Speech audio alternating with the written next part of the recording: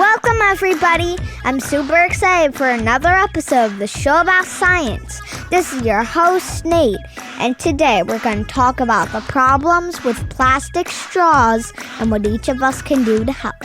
I'm ready to suck up some answers, so let's get this show started. Hello, Milo. Welcome to the show about science.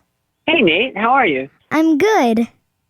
So, can you tell our listeners a little bit about yourself and the Be Straw Free campaign? Absolutely. So, when I was 9, I started a project called Be Straw Free to reduce the use and waste of disposable plastics that I saw used and thrown away almost every day when I would go to restaurants. And so, I noticed that whenever I would order my drink, it came with a straw automatically in it. And it seemed to me like a huge waste. So I decided to talk to my family to get them to stop using as many straws as they did and to order their drinks without straws. And then I started reaching out to restaurants to make straws optional rather than serving one with every drink automatically. And since then, I started an environmental organization, and it really took off. And recently we've been making great strides towards using as few straws as we can. And it's really exciting. So you started the campaign when you were 9. How old are you now? I just turned 17. So you've come a long way. I have, yeah. So I heard that you just finished your SATs? SAT, yeah. Okay, so how did that go? It went pretty well. I'm a bit worried about how I did on the physics section. Other than that, I'm really hopeful that I got a good score. I'm hopeful that you got a good score, too. Oh, thank you. I appreciate it. Which college do you want to go into? I'm hoping to go to MIT. Me too. I'm looking at a bunch of different colleges, including Stanford and Yale and Harvard, and also Carnegie Mellon. So, let's go back to when you were 9. How did you get started with the straw-free campaign? In the very beginning, I was worried that people wouldn't listen to me because I was a kid, and because people, would think that what I had to say wasn't important. But what I found was that being a kid can actually be an advantage. I think adults really like to hear from younger generations to know what concerns them. And it did concern me that we were using too many straws. And when I talked to more and more people started sharing that concern. And here's the thing. This planet's not a place that kids will inherit at some point far off in the distant future. We live here right now, and we share this planet already, which is why we already share responsibility for it.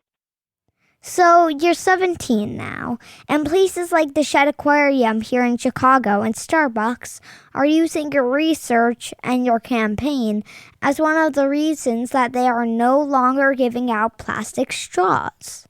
How did you get up to where you are right now? I mean, how did that happen? Initially, I started small, and I started talking to people in restaurants and to restaurant owners and managers. But as I wound up talking to more and more people, other people started introducing me to new people. For example, I testified before the Vermont legislature on plastic use. And from then, I think my project really started gaining traction, and the media got interested in hearing what I had to say.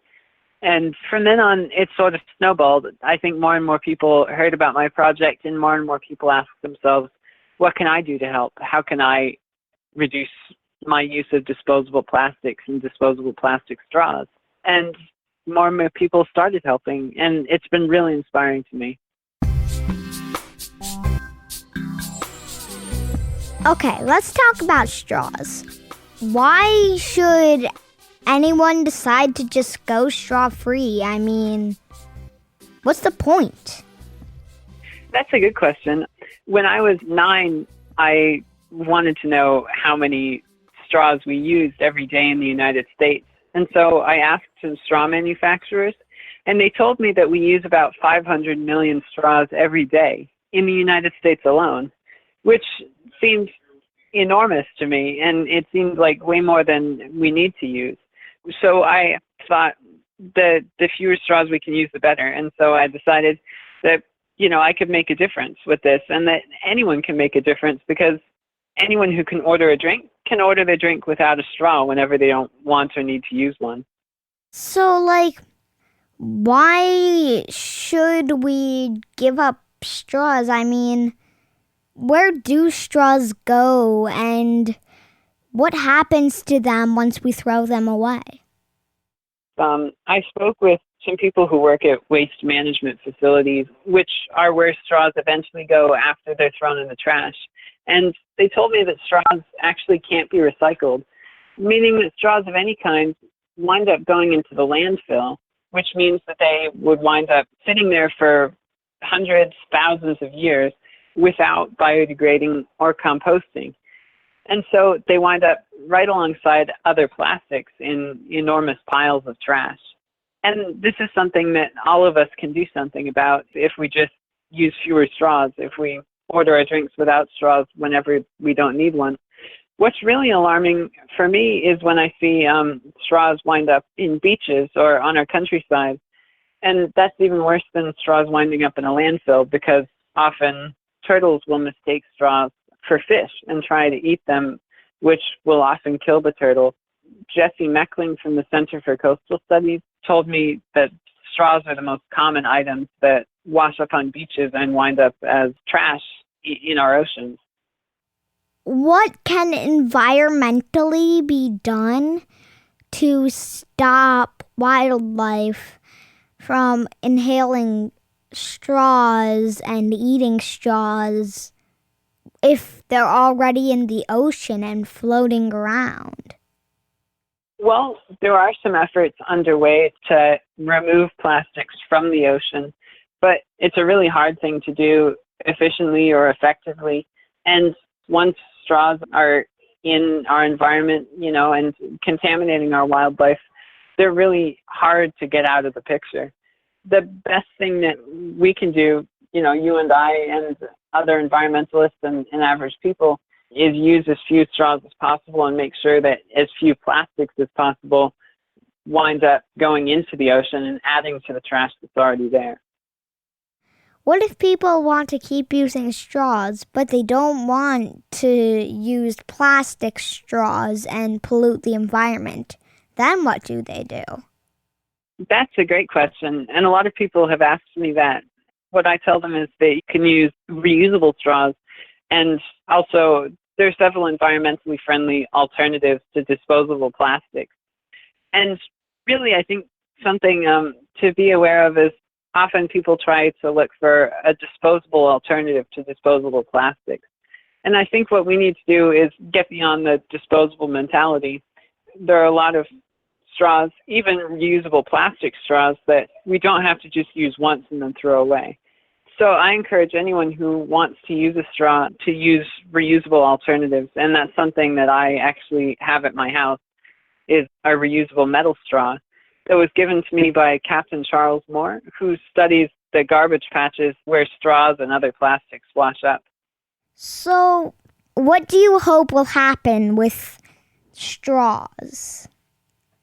My goal is for it to become standard that straws are offered to customers instead of being served with every drink automatically, similar to the way it became standard a few years ago for grocery stores to offer shoppers the choice between paper and plastic bags. Great. And it's been my goal right from the beginning to work myself out of a job, and it seems like I'm really close to doing that, and it's exciting.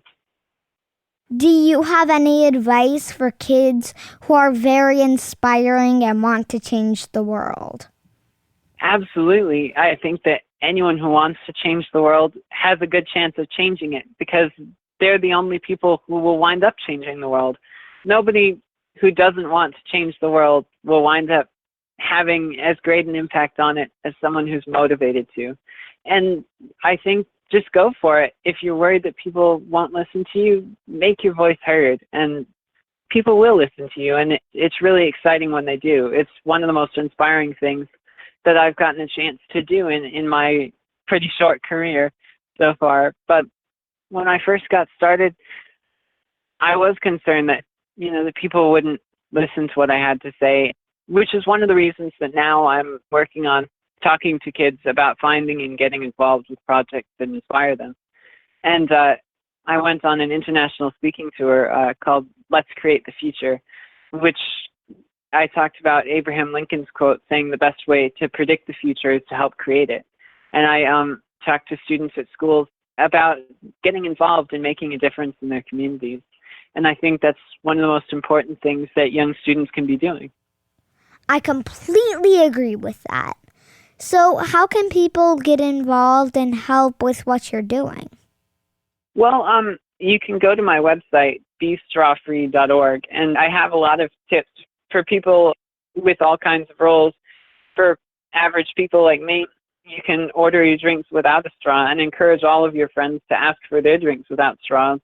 You can also approach your local restaurants and ask them to make straws optional. And if you're a restaurateur, if you own a restaurant or manage one, you can make straws optional in your own restaurant and simply ask customers whether they'd like a straw before putting one in their drink. And where can people go to learn more about your work? You can go to my website, bestrawfree.org, or you can follow me on Instagram at Milo Cress. Thank you for being on the show. Thanks so much for having me. I really appreciate it. There you have it, folks. The show about science is complete. Music on today's episode comes from the mysterious Breakmaster Cylinder and sounds-like-an-earful.com. And our theme music was written by Jeff, Dan, and Teresa Brooks. Okay, Dad, you can shut the recording off. For the newest episodes of the show about science, download the Pin app or go to pinna.fm/promo.